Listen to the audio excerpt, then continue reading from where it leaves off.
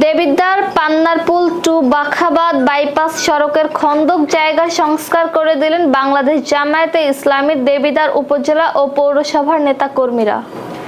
দেবিদ্বার থেকে মোহাম্মদ আল-আমিনের তথ্যচিত্রে থাকছে বিস্তারিত। কয়েকদিনের টানা বৃষ্টিতে উপজেলার অধিকাংশ রাস্তাঘাট ভেঙে যান চলাচলে চরম দুর্ভোগে পড়েছেন সাধারণ মানুষ। সড়ক দুর্ঘটনার মাত্রা দিন দিন বেড়েই চলেছে। এই জনদুর্ভোগ থেকে রক্ষায় উপজেলার পান্নারপুল থেকে বাখরাবাদ বাইপাস সড়কের অতিরিক্ত ভাঙা রাস্তার সংস্কার কাজ করে দিল জামায়াতে ইসলামীর নেতাকর্মীরা। 13 আগস্ট বুধবার সকালে এই সংস্কার কাজ শুরু করেন উপজেলা নেতাকর্মী।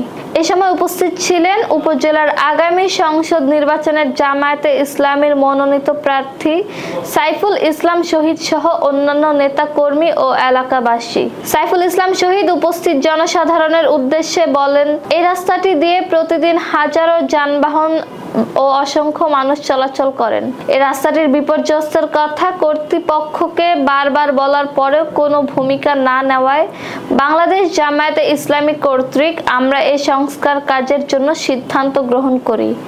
প্রাথমিক কাজটা আমরাই করে গেলাম।